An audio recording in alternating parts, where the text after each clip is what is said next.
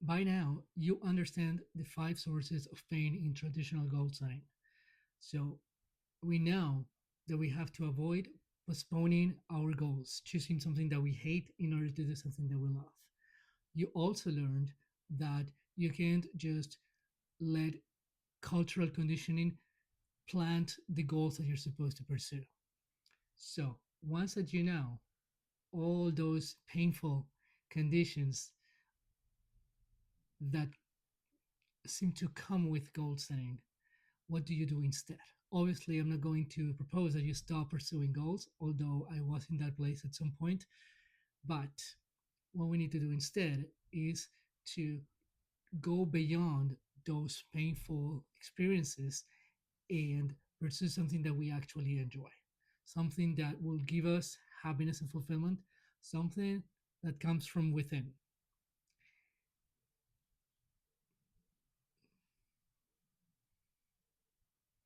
Because here's the thing, it would be wise to stop pursuing a lot of the goals that we have been trying to accomplish.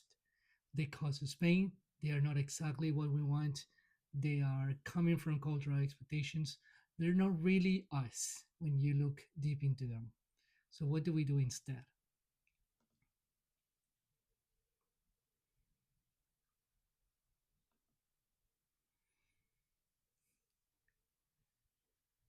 In the last few years, I developed a concept I like to call lifetime objectives. So, this is an integration of goal setting by removing all those painful parts and turning that into something truly inspiring, but also a lot more realistic. So, a lifetime objective to me, it's something that you can experience over and over. It's not an arriving point. It's not a finish line that where you just reach and you can stop, doing anything. A lifetime objective is something that does not require, does not open up opportunities to other outcomes. So a lifetime objective is holds intrinsic value. It will give you happiness and fulfillment. It's not supposed to open the doors to something else, although it might. So, what inspired this idea? So many things, but um, I remember a couple of years ago doing a similar exercise for something that became the seed of lifetime objectives, and that was the three most important questions exercise. I remember doing this exercise around 3 or 4 years ago, and basically you needed to answer three questions, right? What do you want to experience? What do you want to become? And how do you want to contribute? So, by going really deep, you end up with a big list of experiences and things that you want to have and become. What's really fascinating is this is one of the strongest, this is one of the main pillars of lifetime objectives, which is that they are not means goals. They're not something that we accomplish today in order to accomplish something else after, right? Because that's what's keeping a lot of people stuck. You tell yourself that you can't accomplish your thing, which you truly want, until you don't meet another specific condition before. So in my case, I remember I was trying to grow my coaching business and I was really struggling. And then I kept telling myself that I had to be successful in business before I could do so many other things. So I was postponing writing a book. I was postponing public speaking. I was postponing working with a certain type of client because I thought they were further ahead than I was. So these conditions were manufactured, and I didn't realize that until 2 years after I did the three most important questions exercise. I remember I was in my bedroom and I felt defeated. I thought that I had found more alignment in my newest business idea, but things were not working out. I was working really hard. I was gaining very small attention to my business. I was talking to very few people. Surprisingly, despite my conviction that I had chosen a higher alignment, but with this business idea, things were going almost worse than ever. So I was in my bedroom, I was defeated, I was looking around, almost as if I could find an answer like out of nowhere. And somehow I did. So I remember looking at the corkboard I have in my bedroom, and it has so many images of things that I care about. It has pictures of my family, a poster of a lot of $100 bills, right? Manifesting. And it had this paper that read the three most important questions. So I decided to go through my list again, and I was shocked. I could not believe how little of my lifetime objectives were being pursued. It turns out that I had told myself that without growing a successful business first, I could not gain permission to write a book, to be a speaker, to be a teacher, to be a coach, to help so many people. And that is one of the biggest differences between lifetime objectives and traditional goal setting. Traditional goal setting is all about conditions, right? And often these are conditions that we don't control. And that's how people get so stuck and so frustrated, because you keep telling yourself that you have to create a certain result. That result is usually not within your control, and then that can't enable anything else because it's just not happening. So that's a big trap there. And then this concept became something bigger, something more refined, and something that you can not only wish for for the far future, but you can also start experiencing today.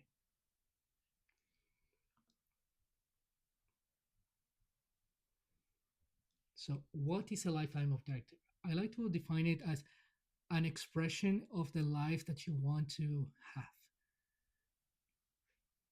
an objective that when you experience it, it will give you happiness and fulfillment.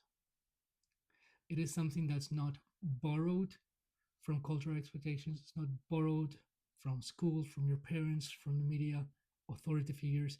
It comes from within. It's aligned with parts of yourself that make you you.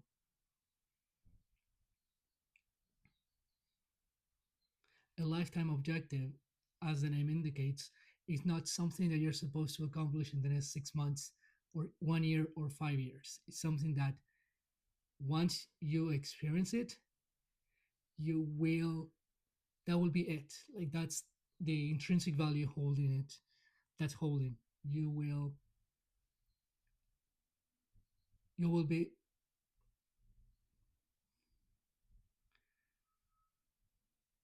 you can give as much time as you want to yourself in order to accomplish it.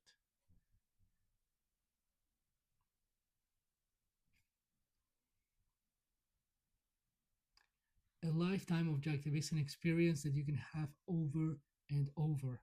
I find this really, really powerful because it holds meaning to it.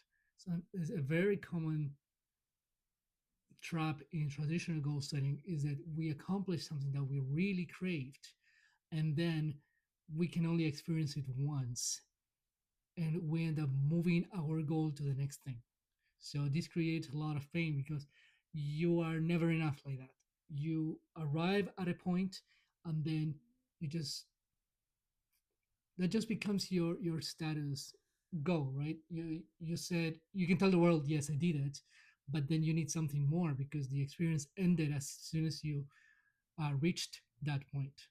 A lifetime objective is something you can experience over and over. You can experience it every day if it comes down to it. The last thing that I wanted to mention about the basic definition of lifetime objective is that you don't need to impress anybody. Lifetime doesn't make it huge. It doesn't make it impressive. It doesn't make it extraordinary. It has to speak to your soul. It has to align with your true purpose. That's all it takes. It can be big if that's really what speaks to you, but it doesn't have to be huge. As a matter of fact, in my personal case, I have many lifetime objectives that are very mundane things. For example, one of my lifetime objectives is to play video games with my kids. So I don't have kids yet. And this is not anything crazy that a lot of people enjoy daily, but that's one thing that I want to do. And I can experience that over and over again when the time comes. Another thing is to speak in front of thousands of people. Yes, that's a lot more impressive, probably, but it's something I can continue to do over and over.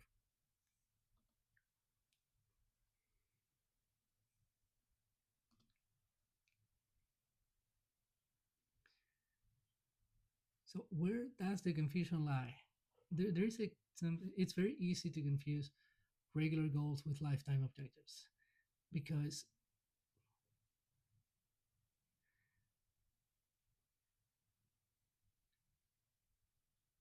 goals is a term that everybody applies to everything that they want to accomplish. So if you want to say, I want to be a best-selling author, it's okay to call that a goal, but it's very, very different from, let's say, losing weight. And I don't mean that because one is writing and the other is health, but because some of them can happen within the day, within a few weeks, within a few months, and the others is like very, very far into the future. So it's easy to confuse those two types of goal setting.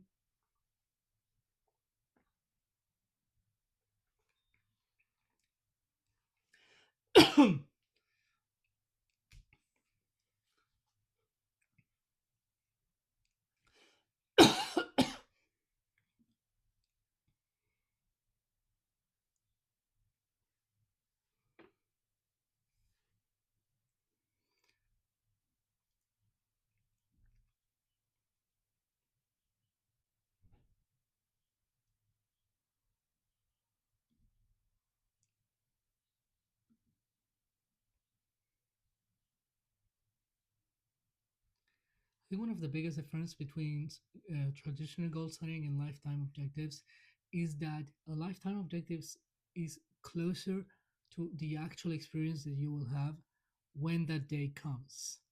So what I mean by that is that you don't force things to occur in a certain time in a certain way.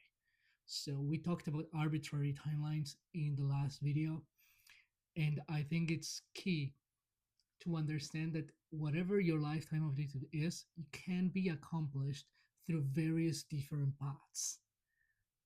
So if you want to change, make a meaningful impact on the world, it can be through politics, it can be through public speaking, it can be through teaching, it can be through community work. There are so many options. And as long as the lifetime objective remains, you will never have a single path to follow. And that's very useful when you start following a path and then things don't work out the right way, where things feel like there is so much friction involved. When things start to feel off and you keep telling yourself this is the path, it may not be the path. So lifetime objective gives you that adaptability and flexibility that everybody needs because life is complex and we have to have the ability to change our paths when they are not working.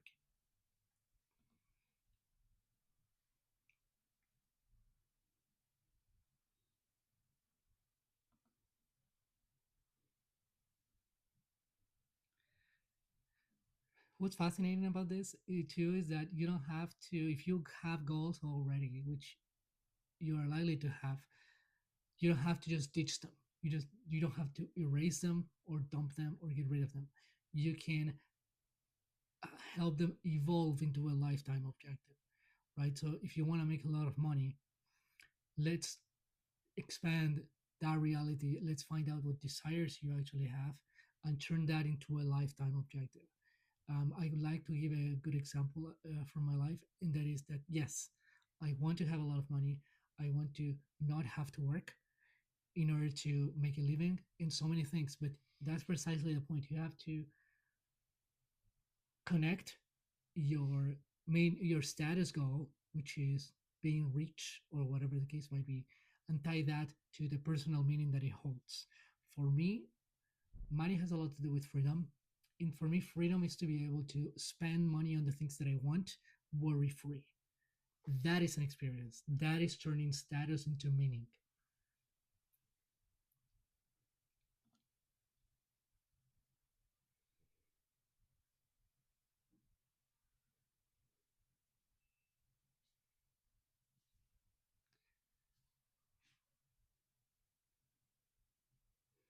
examples from my own life. I think I did mention this a couple of times. So one of my biggest lifetime objectives is to write a best-selling book. To do that, you need a book, right, to publish. And one of the things that made that goal uh, more traditional and less lifetime objective was the fact that I kept telling myself that I needed to do other things in order to get started, right? So I had the goal, and it was both maybe a status goal and a meaning goal. It does give you status to be a best-selling author, obviously, but it also holds that meaning of you creating something very meaningful to you, you taking your experiences in order to contribute to other people. But at the same time, I think one of the biggest things for me, the biggest changes, was that I was telling myself that I needed more meaningful experience, more personal success before I could write a book. So by removing those conditions, you instantly can turn a traditional goal into a lifetime objective. Because if you believe that there are so many goals in between stopping you from doing that, from getting started, you will have what I call an unnecessary condition. You're telling yourself you can't do this until you do that first. Sometimes middle goals are completely necessary, but we can't just tell ourselves, don't bother getting started.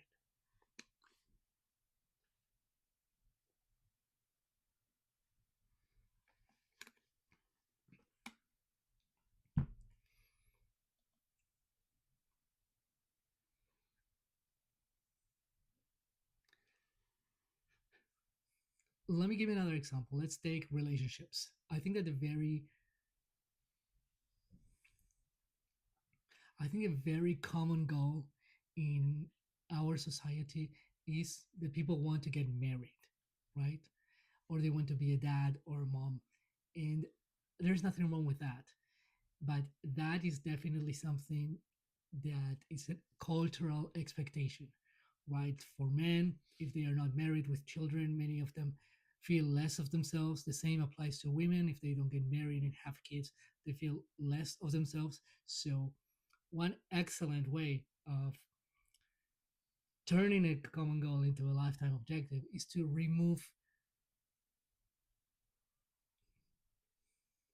to break the tie, the connection between an outcome that you don't control and your self worth.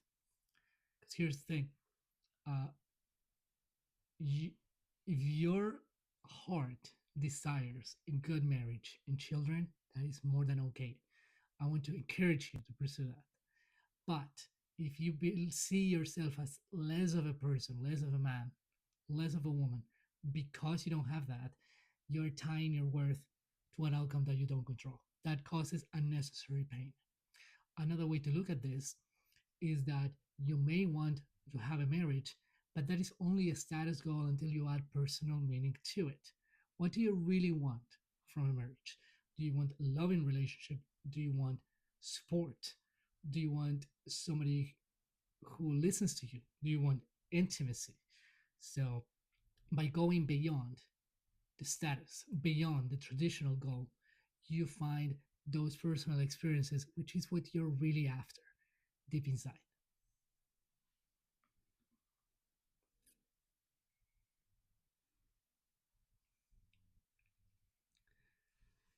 So, lifetime objectives are, in my opinion, a form of alignment. So, when you switch or transform a traditional goal into a lifetime objective, you are choosing higher alignment. You're not trying to become someone that you're not. You are not postponing on living life today. And eventually, that will enable you to build a path that truly fits with you. Because it turns out that lifetime objectives say a lot about who we are. And when that happens, the paths, the strategies, the methods we end up taking are more likely to align. As a matter of fact, when it comes to goal setting and strategizing, your lifetime objective is the foundation for everything. If you are building plans on a goal that's not you, on a goal that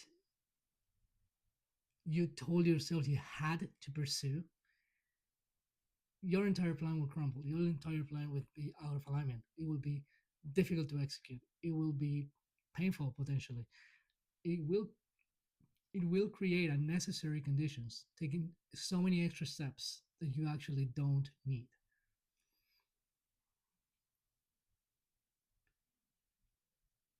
Building a path that fits also has a lot to do with the joy and the sustainability of that path.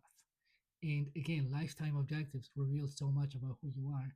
They will help you build a better path, one that fits you, one that you'll enjoy more, and one that you can actually execute on. Of course, you will need a lot more than just your lifetime objective, but that is the place to get started.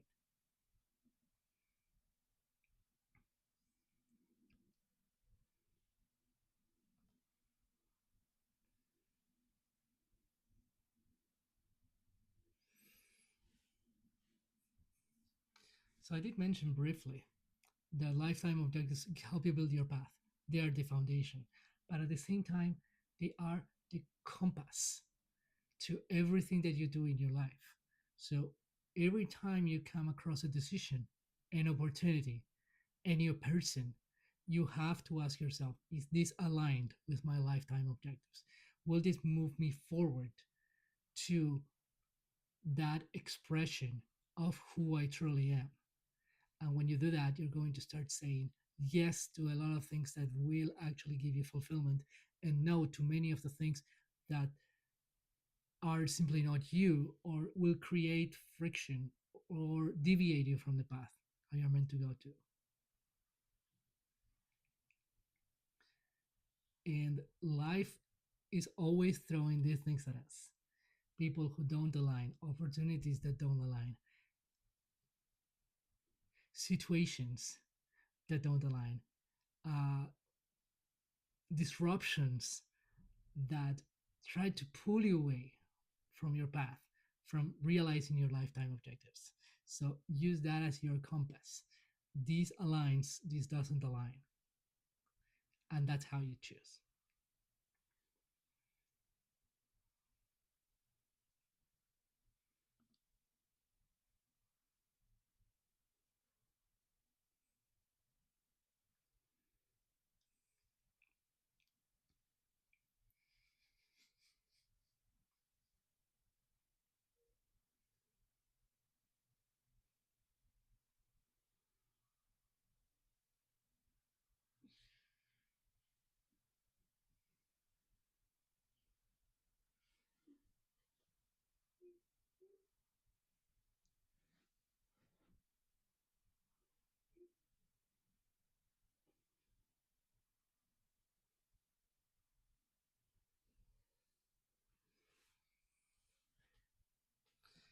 If there was one thing you would want to remember long after this lesson is over, is that you not only want to establish what your lifetime objectives are, but also look them on a regular basis.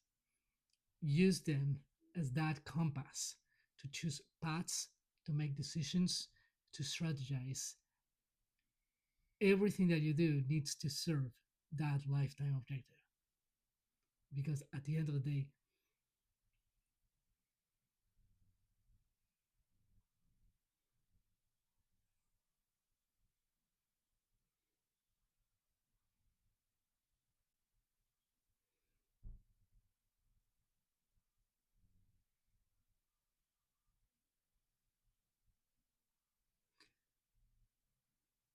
these experiences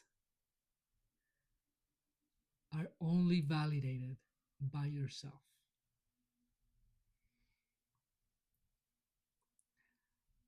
Nothing and nobody can validate those experiences but yourself.